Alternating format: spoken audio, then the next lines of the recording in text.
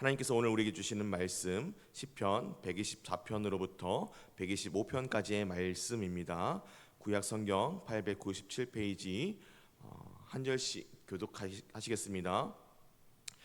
이스라엘은 이제 말하기를 여호와께서 우리 편에서 계시지 아니하셨더라면 우리가 어떻게 하였으랴.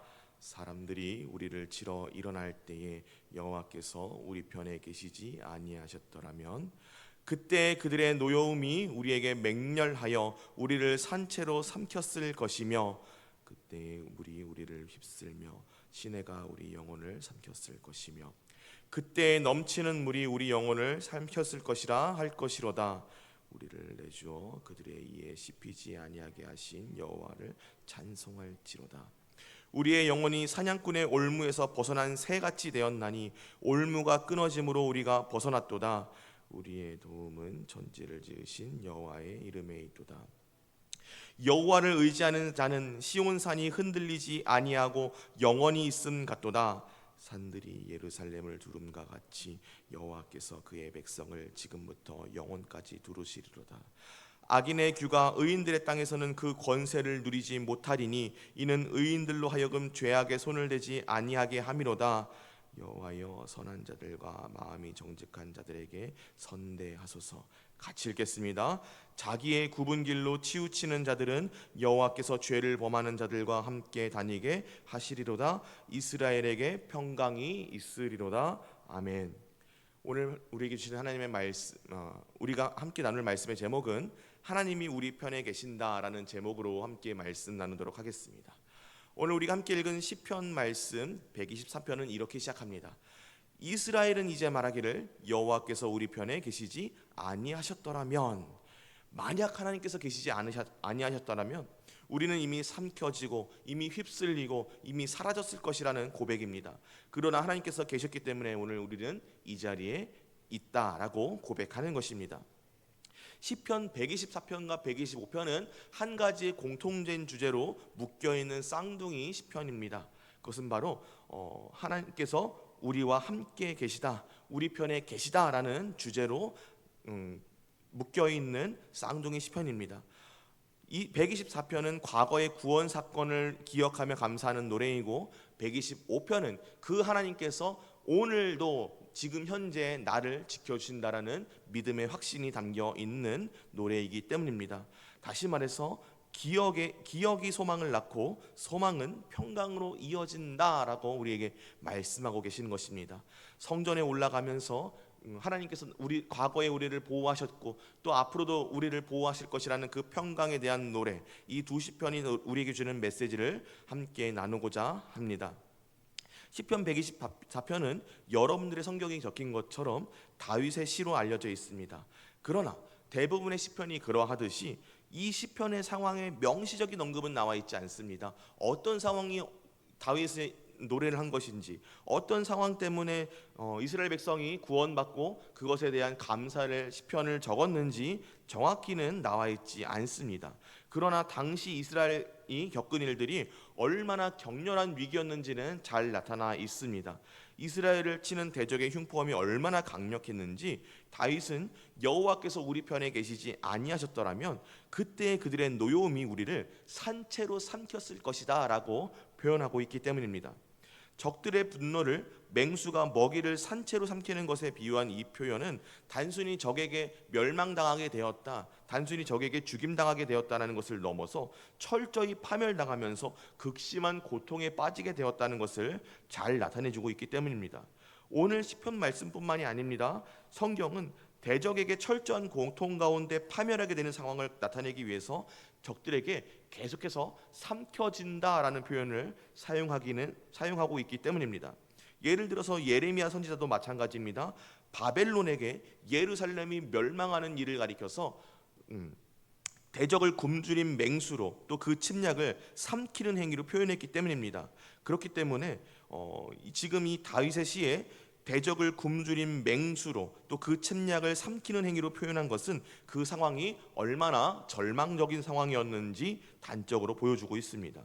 그러므로 다윗은 그때 하나님이 도우시지 아니하셨다면 그 일어났을 일에 대해서 물이 우리를 휩쓸며 시내가 우리 영혼을 삼켰을 것이라고 표현하고 있습니다.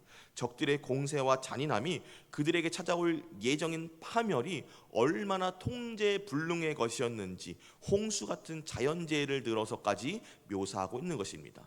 다시금 여호와께서 우리 편에 계시지 아니하셨더라면 이라는 말에는 철저한 파멸과 고통 속에 삼켜져야만 했던 그 무력한 상황, 오직 하나님만이 구원하실 수 있는 전능하신 하나님이심을 고백하는 그 고백이 담겨 있다는 것을 알 수 있습니다. 이제 그 여호와의 구원하심은 사냥꾼의 올무를 찢고 이스라엘의 영혼을 자유하게 하시는 것입니다. 대적들의 모든 억압과 압제와 음모와 함정과 속임수를 모두 끊어버리시고 그의 백성을 보호하셨다라는 신앙의 고백이 시편 124편에 담겨 있는 것입니다. 그렇기 때문에 하나님의 주권과 전능하심을 이렇게 고백하는 것입니다. 우리의 도움은 천지를 지으신 여호와의 이름에 있도다. 아멘. 과거에 겪었던 그들의 모든 고난과 그 속에서 건져주신 하나님의 은혜를 기억하고 찬양하며 오직 하나님만 의지하는 자리로 나아가고자 하는 그런 신앙의 고백이 담겨 있는 것입니다. 그리고 성전을 올라가며 하나님 앞으로 나아갈 때 과거의 나를 지키신 그 하나님 여호와의 구원을 찬양하면서 그의 인자와 자비를 높이 인정하는 이 시편 말씀의 고백은 이제 125편의 고백으로 지금도 나를 지키시는 하나님에 대한 고백으로 이어지는 것입니다. 과거 나를 구원하신 그 하나님이 지금도 나를 지키시고 시온산이 흔들리지 않는 것처럼 영원히 나를 지키실 것을 확신하고 있기 때문입니다. 그런데 우리가 눈여겨봐야 할 것이 있습니다. 이 시편이 기록된 시기는 제각각, 또 기록한 사건은 또 제각각, 기록한 기자는 또 제각각이지만 이것을 모아서 편집한 시대는 느헤미야 시대 이후이기 때문입니다. 상당히 만족스러운 상황이 아니고 안정된 상황이 아니고 또 괴로운 일이 없던 상황이 아닙니다. 여전히 그들은 괴로웠고 여전히 그들은 신앙적으로 흔들리고 있었고 여전히 그들은 정체성이 혼란이 있었습니다. 사회적으로 혼란했고 우리가 이스라엘로 돌아왔으나 여전히 바벨론을 섬기고 있다라는 그 상황에 주는 절망감은 대단한 것이었습니다.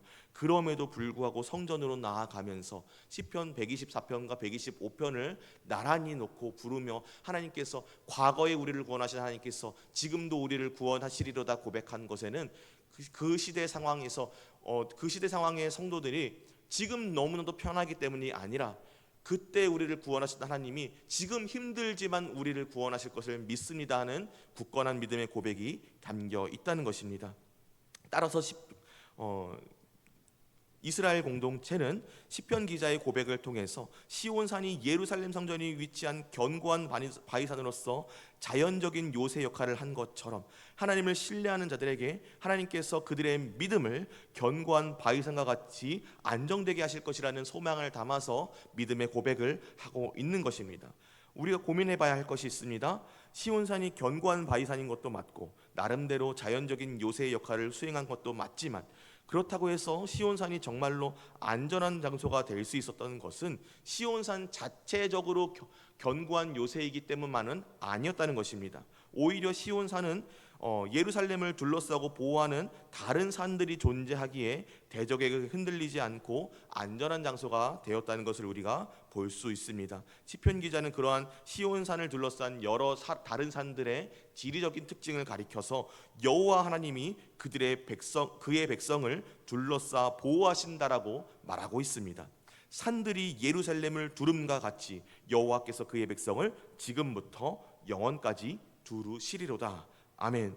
그 결과 악인의 권세는 하나님의 백성들의 땅에서 힘을 잃습니다. 시편 기자는 하나님의 보호하심이 하나님의 백성들로 하여금 죄악된 일에 손대지 못하게 보호하시기 때문이라고 그 이유를 설명합니다. 하나님의 보호하심 아래 하나님께 속한 자들, 의인과 마음이 정직한 자들은 선대하심을 받고 여호와 샬롬, 평강을 누리게 하실 것이라고 선언합니다. 과거 다윗의 시대에 닥친 재난 가운데 전적으로 보호하신 하나님의 도우심을 기억함이 현재의 소망을 낳은 것입니다. 또 시편 기자는 더 나아가서 현재의 소망을 통해 하나님과 더불어 평강을 누리는 여호와 샬롬에 이르기까지 하나님이 끝까지 그의 백성을 보호하실 것을 확신하고 선포하고 있는 것입니다. 사랑하는 성도 여러분, 오늘 우리가 함께 나눈 시편 말씀은 우리에게 하나님을 신뢰하며 소망으로 나아가라고 말씀합니다. 현재의 어려움 앞에서 과거의 보호하심을 기억하고 현재의 소망을 품으며 미래의 평강을 바라보라고 촉구하고 있는 것입니다. 우리의 도우심은 천지를 지으신 여호와의 이름에 있도다. 이스라엘에게는 평강이 있을지어다. 아멘. 오늘 시편 124편과 125편이 주시는 그 마지막 절들이 말씀하시는 대로 이 두 구절의 말씀이 우리의 삶의 고백이 되기를 소망합니다. 우리를 사랑하사 우리를 위하여 자기 아들을 주신 하나님의 사랑을 기억하고, 우리가 지금 당장 쓰러질 것 같고 지금 당장 넘어질 것만 같은 그 구덩이에서 우리를 건지시는 하나님의 도우심을 기억하십시오.